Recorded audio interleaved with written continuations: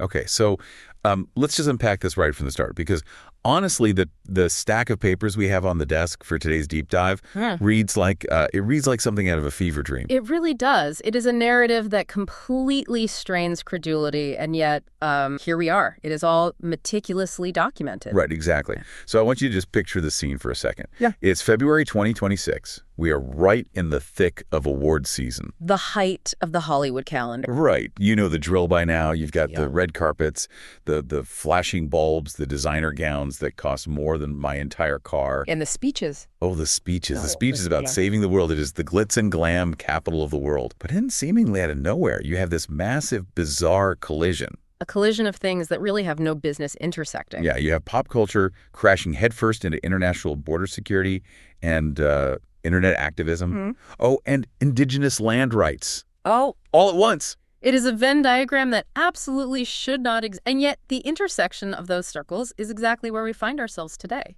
It is a story that begins with a Grammy acceptance, which is, a moment of peak celebrity visibility. And it ends with a 30-hour detention in a Department of Homeland Security holding cell. Which is just wild to even say out loud. And usually when we talk about the Grammys on this show, or just in general, we are talking about who got snubbed or who performed what song. Or a wardrobe malfunction. Exactly. But this deep dive is completely different. We are looking at a stack of sources centered around a video commentary by Sydney Watson. A very specific piece of media. Yeah. And the title of her video is, and I am quoting exactly here, Billie Eilish is so much worse than you think. Which, is a very aggressive title, to be fair. It definitely grabs your attention. It does. But what Watson is actually doing in this source material is she's providing a critical firsthand perspective on a very specific phenomenon. She isn't just throwing insults for views. Right. She is looking at what happens when the high-minded political statements that celebrities make on stage actually collide with the brick wall of real-world laws. The physical reality of borders. Yeah, exactly. And I want to be super clear with you about our mission for this deep dive today. We are not here to act like a tabloid. We are definitely not a gossip show. No, we aren't here to critique Billie Eilish's singing voice or her fashion sense or anything like that. We are here to analyze a specific case study. We are unpacking an accusation of what Watson calls ultimate hypocrisy. That is the core theme we are exploring. We are looking at a slogan, a very specific and very powerful slogan, which is, no one is illegal on stolen land. It's a phrase you see all the time now. You see it on T-shirts, on protest signs, and apparently you hear it at the Grammys. Yeah. But we are looking at what happened when that slogan was taken completely out of the theoretical realm and actually tested against the reality of property rights and the Department of Homeland Security. It is essentially a stress test of a political philosophy. Does the philosophy hold up when it actually arrives at your... That is the million-dollar question, or I guess the $6 million question in this case. So before we get into the actual play-by-play, let's just introduce our cast of characters. It is quite an eclectic mix. It really is. First, obviously, we have Billie Eilish, global superstar Grammy winner, and the person who made the initial statement on stage. Then we have the catalyst for all the chaos, which is a man named Drew Pavlik. Drew Pavlik. He is an Australian journalist, an activist, and he very proudly describes himself as an internet shitpost. Which is a term that has really evolved over the last few years. It used to just mean being annoying online, but for figures like Pavlik, it's almost a tactical designation. What do you mean? Well, he uses absurdity and provocation to expose what he contradicts. He uses the internet as a tool to force... Got it. Then we have the Tongva tribe. They are the indigenous group in California whose history is really central to this whole debate. And finally, we have our narrator, Sydney Watson, who connects all of these dots back to her own past experience, the FBI and border. It is a cast of characters that spans literally from the Hollywood Hills all the way down to the holding cells of LAX. So let's dive right in. The inciting incident, the Grammy. All right, so let's set the stage. It's February 2020. The atmosphere in the country is supercharged. Highly polarized. The source material notes that in the lead up to this specific award show, there had been this massive trend of celebrities using award shows to comment on the political climate. We are talking about the fallout from the 2024 election, Donald Trump, and specifically the actions of ICE, Immigration and Customs Enforcement. Right. It has become almost expected at this point that if you have a microphone and a global audience, you use that time to signal your political stand. It is just part of the celebrity brand now. So Billie Eilish is up there accepting an award. The lights are on her. Millions of people are watching. And she leans into the mic and drops this exact line. No one is illegal on stolen land. Now, I really want to pause here and just dig into that. No one is illegal on stolen land. It is a very dense, very heavy... Break it down for us. What is the actual argument she is making there? She is essentially invoking two major conceptual frames. First, the concept of stolen. This refers to the historical fact that the United States exists on territory that was taken from indigenous people through colonization, broken treaties, and out war. Right. That is the historical baseline she's operating from. Exactly. That is the premise. The second part is no one is this is the conclusion she draws premise. Okay. The logic goes like, because the state's authority over the land is illegitimate due to it being stolen property, the state has no moral standing to enforce borders or declare any human being illegal for crossing. So effectively, she is arguing that the U.S. border should not exist at all, or at least it shouldn't apply to anyone trying to cross it. Precisely. It is a call for the total dissolution of border enforcement based on historical injustice. It is a very radical position, but one that plays very well in certain activist celebrity circles. But here is where it gets really interesting for me. Usually when a celebrity says something like this, people clap. Twitter explodes for maybe an hour, and then everyone just moves on to the next shiny thing. The news cycle churns on. Right. But this time there was a massive backlash. And it didn't just come from the political right, which is what you might expect. It actually came from the Tongva tribe. And this is a critical piece of the puzzle. The Tongva are the indigenous people of the Los Angeles Basin. Their ancestral territory includes the exact land where the grand. And more importantly, where Billie Eilish lives. Yes. And according to our source, the tribe actually came forward publicly. They issued a formal response. Yeah. And they confirmed something pretty awkward. Very awkward. They confirmed that Billie Eilish's $3 million home is, in fact, sitting directly on their ancestral land. Which, if you follow Eilish's own logic to its natural conclusion, makes her home stolen land. Right. But they didn't just point that out and say, hey, that's ours. Mm-hmm. They had a very specific critique of her. They noted that she had never once attempted to contact them. This is the real sting in the tail of their statement. They criticized her for a lack of precision in her virtues. Ouch. Lack of precision. That is a very polite but devastating way to put it. It is a polite way of saying you are using our historical trauma as a prop for your brand. The tribe is pointing out that for them, land rights aren't a metaphor. Right. It isn't just a slogan to put on an Instagram story. It is their lived reality. And here is a global celebrity living on a multi-million-dollar estate on that very land who hasn't engaged with the local tribe at all, but is perfectly happy to use their history to score political points about national immigration policy. It just perfectly highlights that disconnect between the celebrity bubble and the actual people they claim to be fighting for. It feels like she was speaking for them without ever speaking to them. Exactly. It is advocacy without relationship.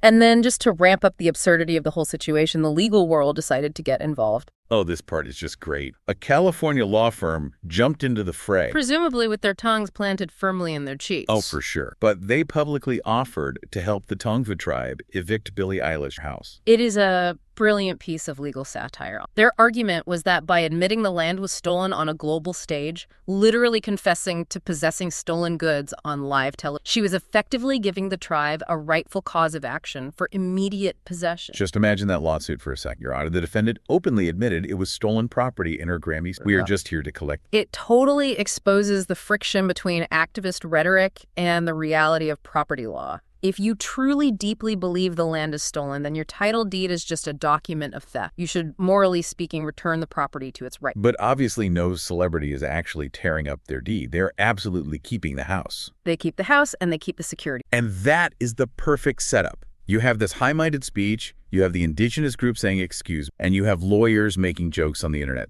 But then we get to section 2, the experiment. This is where Drew Pavlou enters the chat. The experiment. This is the moment where we move from abstract political philosophy into concrete physical action. So Drew Pavlou is sitting in Australia. He sees this speech. He sees the backlash from the tribe. And he thinks to himself, okay, let's actually test. He adopts a very specific and ruthless logical stance. He reasons that if no one is illegal on stolen land, then that logic has to apply fractally. Yes. Meaning, if the national border is illegitimate because the entire country is stolen land, then the private property border, the physical fence around her house, must also be completely illegitimate. It is like he is saying, if the U.S. government cannot morally keep people out of the country, why can you morally keep people out of your yard? Exactly. He is applying her macro logic to her micro situation. He's holding her to her own standard. So he announces on social media, I am flying from Australia to move into Billie Eilish's $6 million Malibu beachfront man. And you have to note the escalation there. We went from a $3 million home mentioned in the Tongva to a $6 million beachfront in Pavlu's action. Yeah, inflation comes at you fast in California real estate. Or maybe she just has multiple stolen properties. Who knows at this point?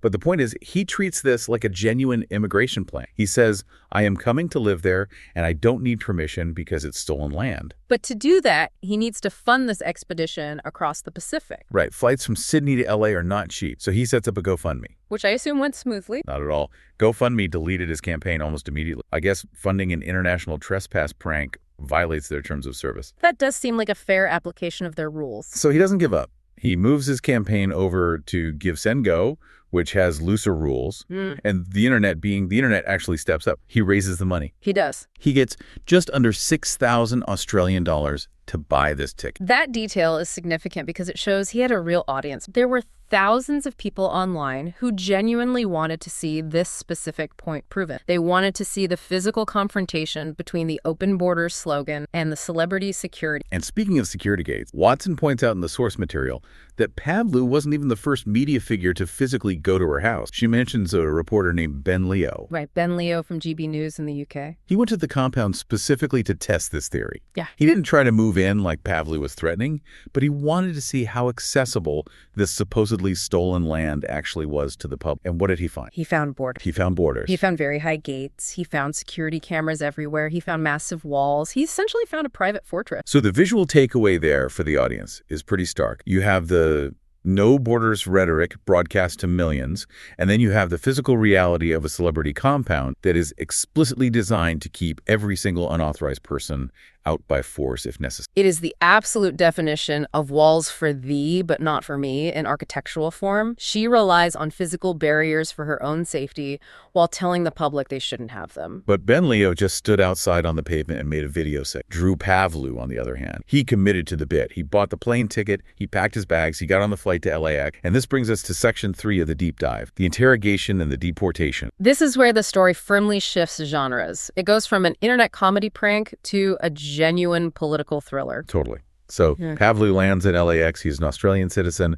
Usually for Australians, coming to the U.S. for a visit is an absolute breeze. You just apply for the EC visa waiver online. You scan your passport at the kiosk. You smile at the agent, and you go get a burger. Correct. It is meant to be a frictionless process for allies. It is usually just a formality. But not this time. He lands, he gets to customs, and boom, he is immediately stopped by the Department of Homeland Security. And we need to be clear here. He isn't just pulled aside into secondary for a 10-minute bag check. He is held by DHS for 30 hours. 30 hours. I really want to just dwell on that specific number for a second. Have you ever been stuck in an airport terminal for like 4 hours? It is completely miserable. 30 hours in a detention holding cell, that borders on psychological warfare. It truly is. It involves extreme sleep deprivation. It is high stress. It is the anxiety of not knowing if you are going to federal prison or if you're going to be sent home. It is a massive deprivation of personal liberty for a prank. And the interrogation itself. Watson goes into deep detail here based on Pavlu's own public accounts of the ordeal. The agents didn't just ask him generic customs questions about his hotel or his return flight. They asked him specifically about his shippost. Just picture that scene in your head. You have federal agents. They are armed. They're wearing badges that command ultimate respect. They are the literal guardians of the national border. And they are sitting across a metal table in a windowless room asking a foreign national pedant, "Sir, can you explain this internet meme you made about pop star Billie Eilish?" It is completely absurd on its face, but it implies something very, very serious behind the scenes. Well, the DHS did a massive amount of homework on this guy before his plane even landed. It implies far more than just homework. Pavlu claims, and our source Sydney Watson heavily backs this up, that it appeared Eilish's legal team had actually compiled a comprehensive dossier on him. A dossier. A literal dossier, a curated collection of evidence, tweets, screenshots, video clips, travel plans, and they handed this intelligence package directly over to federal law enforcement to intercept him. That is the part of the story that gives me actual chill. Because if that is true, it suggests a direct bat phone. It means a celebrity's legal team can just call up the Department of Homeland Security and say, "Hey, this guy from Australia is annoying my client online. Don't let him into the country."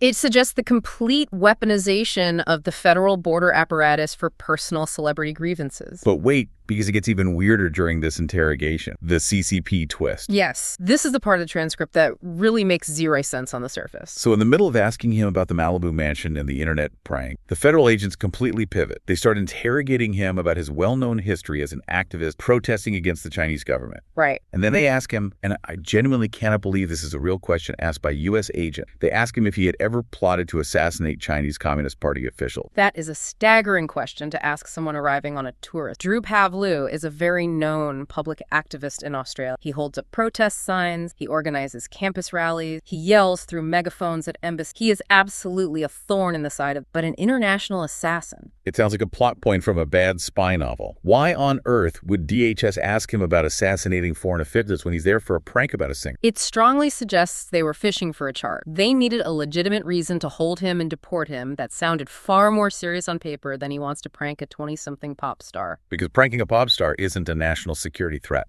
Exactly. It's not a federal crime to be annoying, but plotting to assassinate foreign government officials, that is a massive Tier 1 national security threat that justifies endless detention. So they were actively trying to frame him as a terrorist. Or at the very least, they were trying to see if they could pin something incredibly heavy on him to retroactively justify the 30-hour detention and the eventual deportation. It paints him on their internal records as a high-risk, dangerous individual rather than an internet troll. And eventually, after all of that, they just deport him. They put him back on a plane, under armed guard, the whole 9 yards, and send him right back across the Pacific to Australia. And the official reason DHS gave on the paperwork is classic bureaucratic maneuver. Yeah, they claimed he needed a business visa. Because he was technically scheduled to appear as a guest on a podcast while he was in Los Angeles. A right-wing creator show, specifically. Right. So the federal agents said, oh, you were going on a podcast. Well, that technically counts as work in the United States. You only have a tourist waiver.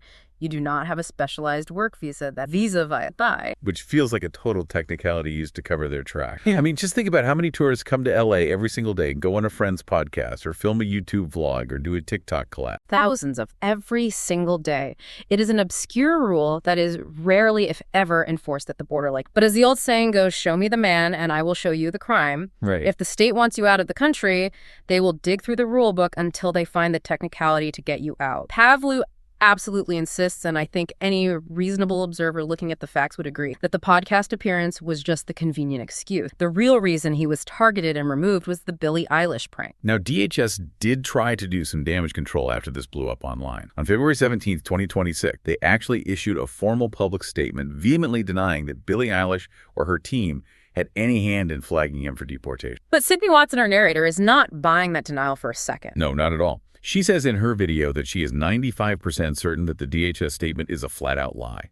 And honestly, her reasoning for that is incredibly solid. Think about it logically. Why would busy DHS agents at one of the biggest airports in the world ask extremely specific questions about moving into a Malibu if they hadn't been directly briefed on that threat? Wouldn't. Why would they care about his random shit regarding a specific celebrity? Unless that celebrity's very expensive legal team had flagged it. Border agents simply have better things to do than randomly scroll Twitter for internet drama. It really is the smoking gun of the whole story. The hyperspecificity of the interrogation questions completely proves the origin of the complaint. Exactly. And this isn't just an abstract political theory for Watson. This leads us perfectly into Section 4 of our deep dive, historical parallel. Right. Sydney Watson's own terrifying experience with this exact system. This is honestly why she is the absolute perfect narrator for this deep dive. She has lived through this exact nightmare herself. Back in 2019, Watson had her own ordeal at the U.S. border. She refers to it as the Jim Jeffrey, another Australian, a very famous comedian. Watson and a colleague of hers named Avi were flying into the United States. Avi had a running public beef with Jeffries at the time.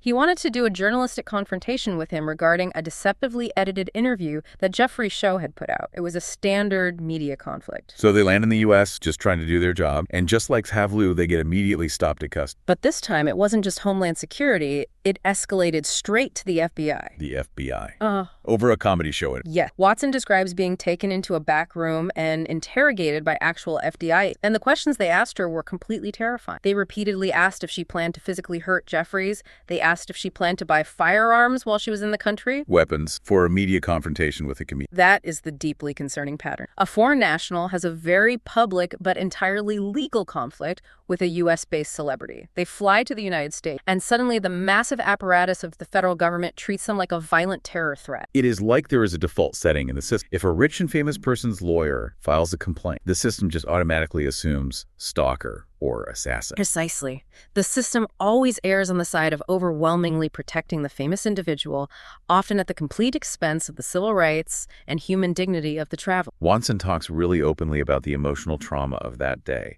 She describes just breaking down and crying in the airport lobby after they let her go, the absolute exhaustion of the flights, the terrifying feeling of total helplessness when men with guns are accusing you of crimes you didn't commit. And it is so important to humanize that aspect of the story. It is very easy for us to sit here and laugh at internet beef or troll cam, but for the actual human being sitting in that interrogation room, it is completely terrifying. Oh, absolutely. You are in a foreign country, you have zero legal right. Men with guns are asking if you are a killer, and you have absolutely no power. It really just emphasizes the insane power dynamic at play. It heavily suggests that high-profile figures basically have a fast-pass lane to federal law enforcement. They can flag literally anyone they don't like online, and the state apparatus swings into full action to neutralize the threat. It is effectively a VIP concierge service for border security. So we've established the pattern of how this works practically. Now let's really get to the philosophical heart of this deep dive. Section 5, Hypocrisy and Luxury Beliefs. This is the core intellectual argument that Watson is making in the source material. She calls it the stolen land paradox. Let's break that paradox down. Billie Eilish stands on a global stage and confidently says, "No one is illegal."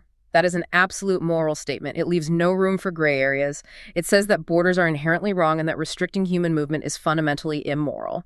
But when Drew Pavlou said, "Okay, great, I agree, I'm moving into your house," she didn't exactly say, "Welcome, brother, the guest room is upstairs." No, she certainly did not. She, or her security and legal apparatus acting on her behalf, utilized the full violent force of the state. They actively used the very borders she claims are illegitimate. They used ICE, they used DHS, they used the exact federal institutions she critiques on to aggressively protect her personal private property. Watson notes very ironically here that Eilish essentially treated Pavlou as a foreign invader. Yes. To her in that moment, he was an invading force. He was a direct threat to her personal sovereignty, and she defended her territory using the government. So does that mean Eilish actually does believe in borders after all? It absolutely proves she believes in borders when they apply to her own life. She firmly believes in excluding people who have no legal right to be in her personal space. She just doesn't seem to intellectually extend that exact same whole. And this brings us perfectly to the concept of luxury beliefs. Can you really unpack that term for the listener? Because it's so central here. Gladly. It is a brilliant sociological concept popularized by a writer named Rob Henderson. A luxury belief is essentially an idea or a political opinion that confers high social status on the upper class while inflicting severe real-world costs on the lower class. Give me a concrete example of that in this context. Okay, so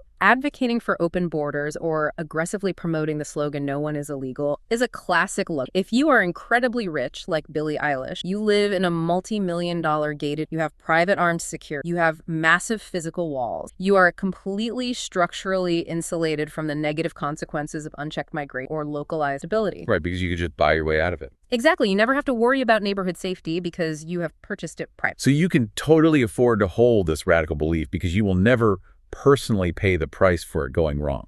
Exactly. But for a normal working class person living in a border town or just a regular unfenced neighborhood, national borders and public police are their only form of security. They rely entirely on the state to keep things orderly and safe. Because they can't afford private guards. Right. So when a massive celebrity says tear down the walls, they are essentially advocating for tearing down the only walls that protect the poor while simultaneously keeping all the private walls that protect the rich. That is just devastatingly clear. It is like a billionaire saying, "Hey, you guys should all leave your front doors wide open at night to show how tolerant and nice you are, but I am going to keep my private moat filled with alligators just in case." It is a very vivid image, but yes, that is exactly the critique Henderson and Watson are making. It is a political belief worn strictly as a high-end fashion accessory. It signals to your peers, "I am a good, enlightened, progressive person," but it requires absolutely zero material sacrifice from the wealthy person. And we really can't talk about billionaire hypocrisy in this story without mentioning Elon Musk. No.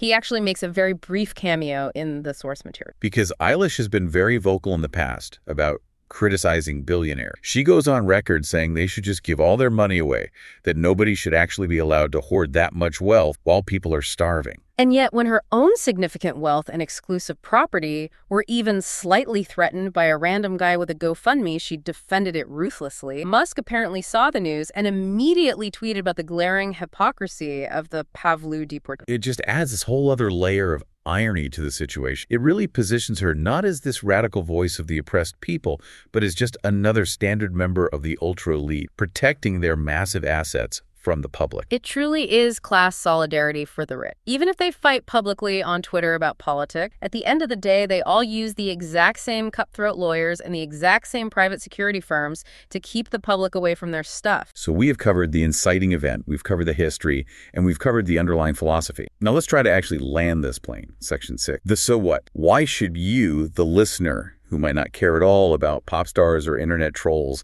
actually care about this story? Well, I think the first massive implication here is about the role of the state in our lives. Right. We talked about that legal dossier earlier.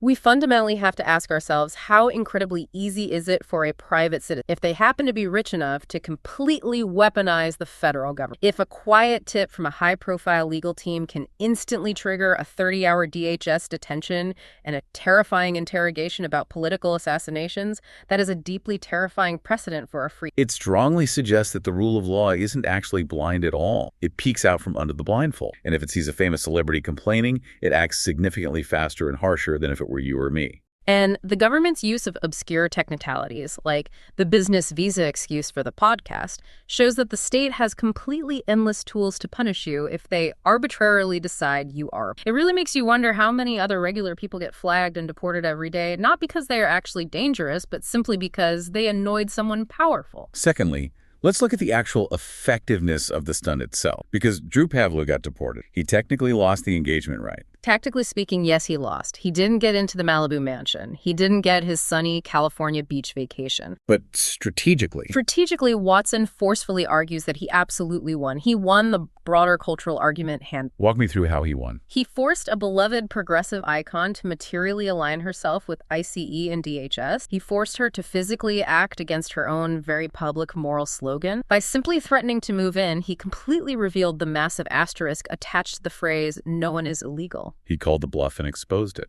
He successfully demonstrated that deep down, when push comes to shove, everyone firmly believes in borders when their own personal space is threatened. He took the incredibly abstract political concept of national security and made it hyper-personal. He showed the world that if Billie Eilish feels the desperate need to forcibly protect her driveway, then maybe, just maybe, a sovereign nation feels the exact same graph. It brilliantly exposes the massive cultural divide we have right now. Watson argues that this entire saga perfectly shows the total hollowness of modern celebrity activism. It just adds useless noise to the system. It aggressively simplifies incredibly complex geopolitical issues. Immigration policy is hard. National sovereignty is hard. Reducing all of that complexity to a catchy forward slogan like "no one is illegal" feels really good to say at a party, but it completely falls apart the exact moment it is actually tested in reality. It basically treats serious politics as a designer copy. You wear it on the red carpet to get the applause, but you immediately take it off the second. And you definitely make sure to lock the heavy reinforced gate behind. So we have gone from a incredibly shiny Grammy speech to a very gritty DHS detentions. We have seen high-priced lawyers, indigenous tribes, secret government dossiers, and an Australian guy named Drew. It is a remarkably messy, complicated, and endlessly fast. But it brings us to our final synthesis for today, the big aha moment. The central realization is, who is the actual bad guy? To reference Eilish's own hit song. Exactly. If you highly value the sanctity of private property and the rule of law, then Drew Pavlou is clearly the bad guy. He is a trespasser, he is a harasser, he is an internet troll, and he absolutely deserved to be stopped. But if you value philosophical consistency, if you absolutely hate moral hypocrisy, then Eilish is the villain of the story. She is the hypocrite who publicly preached one utopian thing and then practiced the exact authoritarian opposite, using the full violence of the state to legally crush a critic. It is the ultimate friction between idealistic slogans and the messy, heavy reality of the real world. And it leaves us with one final, very provocative thought. I really want you, the listener, to chew on this one as you go about your day. Go for it. If a 20-something celebrity can effortlessly get an internet shitposter deported across the world over a joke about trespass. What does that actually say about the true hidden power dynamic between the famous elite and the general public? It tells us very clearly that social influence is a hard currency. And apparently, if you have enough of that currency, it literally buys you a direct line to the federal agents who control the borders. And maybe, just maybe, it tells us that the beautiful moral slogan, "No one is illegal," actually comes with a massive unspoken asterisk. An asterisk that reads, "Unless you are on my driveway." Unless you are on my driveway. That is the ultimate takeaway from this whole bizarre saga. And unless you want to be interrogated about assassinating foreign officials by the FBI. Yeah, that too. Watch what you tweet out there, folks, because the feds might just be reading it. But that is all the time we have for this deep dive today. It has been a completely wild ride. It certainly has. Thanks as always for taking the time to listen. Stay curious out there. And always make sure to question the slogans. We will see you next time.